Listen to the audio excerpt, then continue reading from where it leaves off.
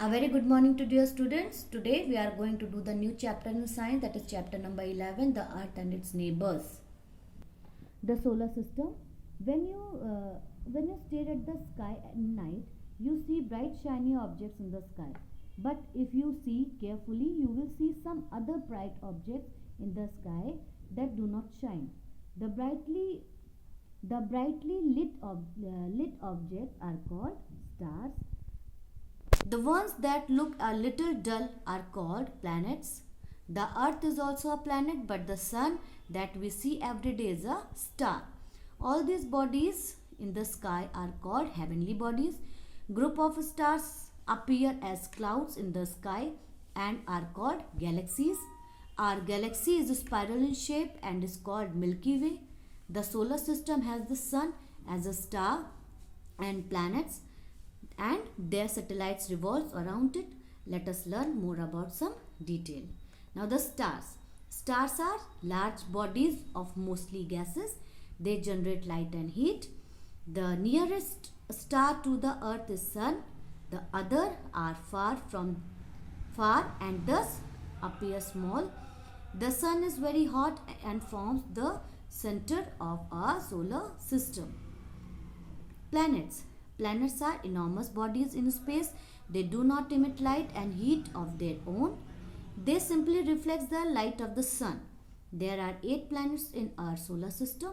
All these planets revolve around the sun in their fixed paths called orbits. These planets are Mercury, Venus, Earth, Mars, Jupiter, Saturn, Uranus and Neptune. Pluto was also considered to be the planet till July 2006. It was redefined as a dwarf planet in August 2006 and then Plutoid in June 2008. Now here are the you can see this solar system. Now first of all, this is the sun. After that Mercury. We are going to know about the Mercury. It is the closest planet to the sun and the smallest one. It does not have any satellite. In the daytime it is very hot and at night it is extremely cold. Now the Venus, it is the hottest and brightest planet. It also does not have any satellite.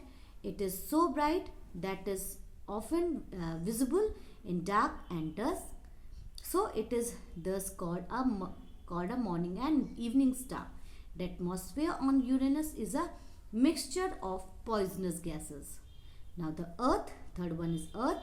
It is called the blue planet. It is the only planet with fire on it. Its atmosphere has oxygen and supports life. It is natural satellite called Moon. Now the Mars. The reddish color planet in the sky is Mars. It has 2 satellites. Now the Jupiter. It is the largest planet of the solar system. It has 63 known satellites. It is also a bright planet. Now the Saturn looks pretty than 7 rings around it. It is also has many satellites. Uranus, it is the third largest planet after Jupiter and Saturn. It also has many satellites. Neptune, it is the coldest planet and it is the farthest from the sun. Now the satellites. Satellites are smaller heavenly bodies moving around the planets. Our Earth has only one satellite called the Moon. It does not have light of its own. It reflects light of the sun falling on it. It has also had extreme hot and cold temperature. Now our Earth is the only planet with fire on it. Our Earth has a favorable atmosphere and temperature. It makes it suitable for life. But it was not like this always. Earlier the Earth was a hot ball of gases. Later it cooled down and developed an atmosphere rich in oxygen.